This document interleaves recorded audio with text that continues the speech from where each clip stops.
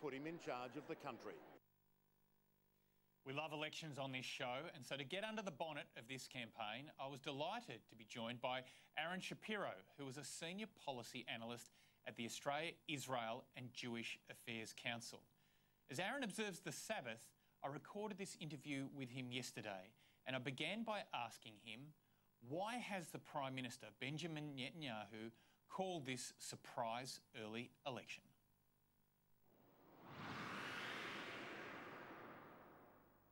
Well, there are a lot of opinions on this, and he only knows. But you could say that the cynical position would be that he was calling it to time it right with all the investigations that have been going on around him. And to be more charitable to him, he could be looking at the national priorities for the year and just deciding when is best for the country. So what are these allegations that are surrounding Netanyahu? Well, there are several cases that the police have been investigating him about, and the totality of the allegations are the breach of trust, fraud, and bribery, and that's the most serious one. Any of them carrying jail terms? How serious are they? Well, it's really premature to know because the information that the police have isn't fully disclosed at this time, but they're just looking right now whether there is even anything worth charging him about. So turning to the opinion polls for this race, election being next Tuesday, what are they predicting? Well, we have, as we have in just about every Israeli election, the Prime Minister and a primary challenger. And that challenger in this election is Benny Gantz from the Blue and White Party. And they're running just about even right now. Some polls say that one is a little ahead of the other. But in any case, beyond that party, those two party races, then you have a lot of smaller parties. And those will decide the composition of the coalition. Tell us about Benny Gantz and this new blue and white centrist coalition which has come together to challenge Likud, the party of government. Benny Gantz is a former IDF chief of staff, and he has teamed up with some of his colleagues from the army who were also chiefs of staff, and also a TV personality named Yair Lapid, and they all came together to create one big party to try and take on Netanyahu. And they're running neck and neck now with Likud, notwithstanding the fact that they're quite a new political party. Well, that's right. I think that in any election, you will find very close competition between the incumbent and the challenger, and that's true in Israel as well, where there is a strong feeling that that some of the society is divided against the Prime Minister, and they want to get him out of office.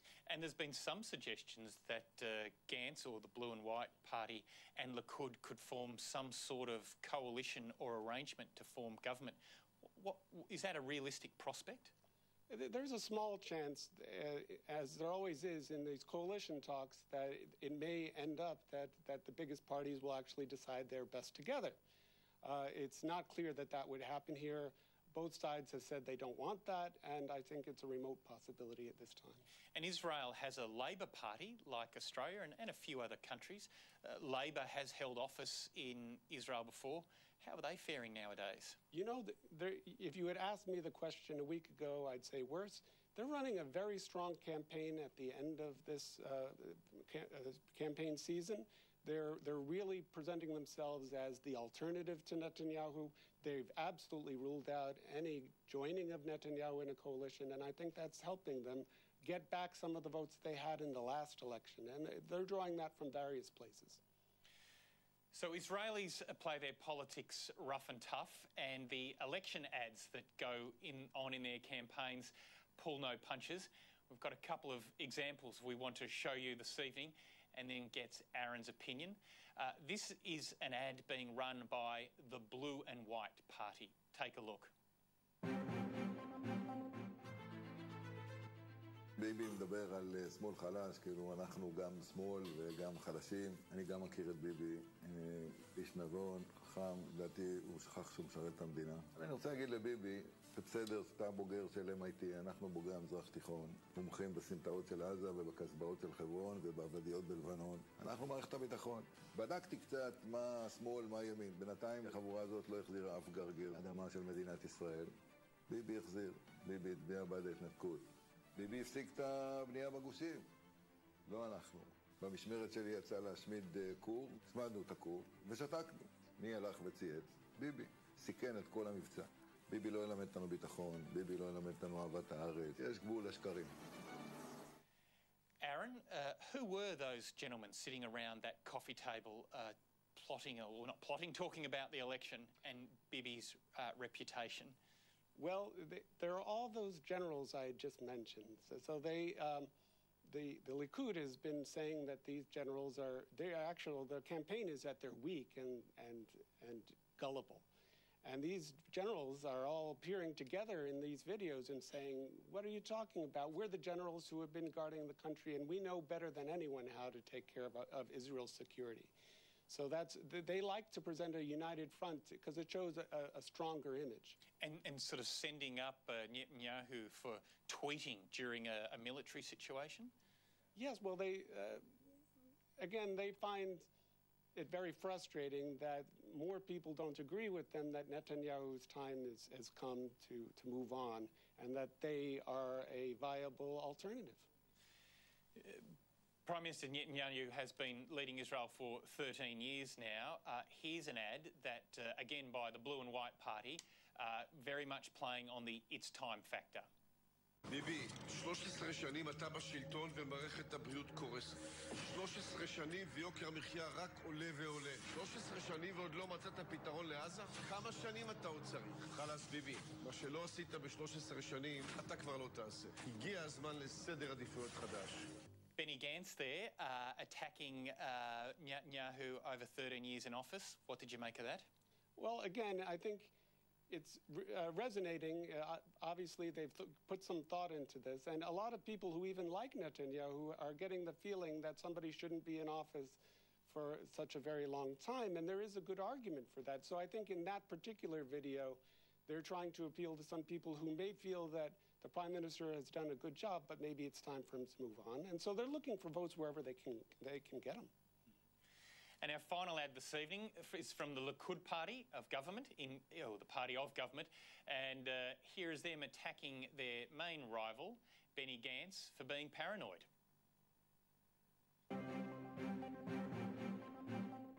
הוא קורס מול יונית לוי. יונית, הנה אני עונה לך. יונית. מה?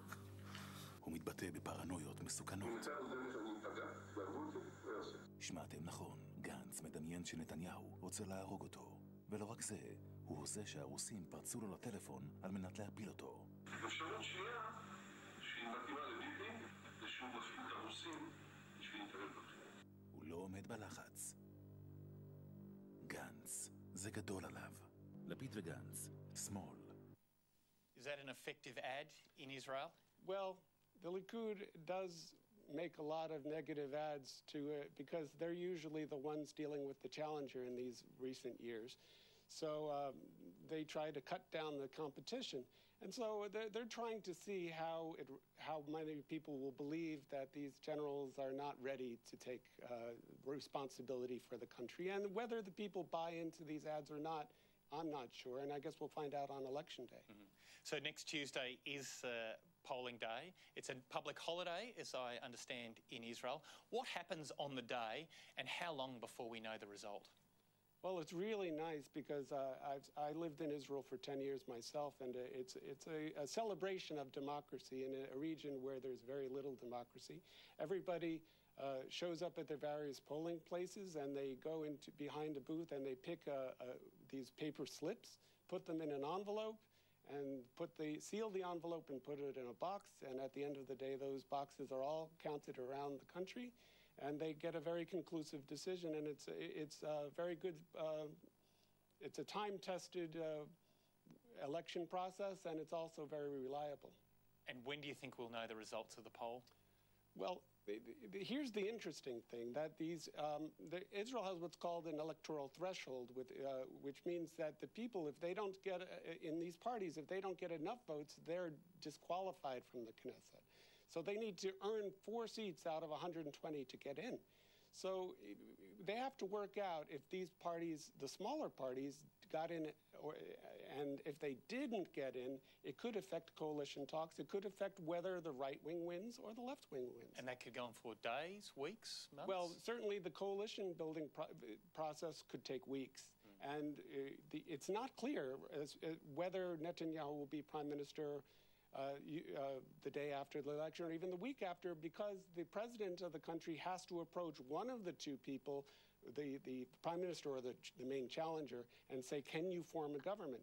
And each one gets a chance to form a government. So if there is a big discrepancy in seats between the leaders, then it's pretty obvious who's going to form a government. But if they're close, they could both give a run at the job to see if they can put it together. And sometimes these have very surprising outcomes. Ahron Shapiro, thank you very much for your time this evening. Thank you.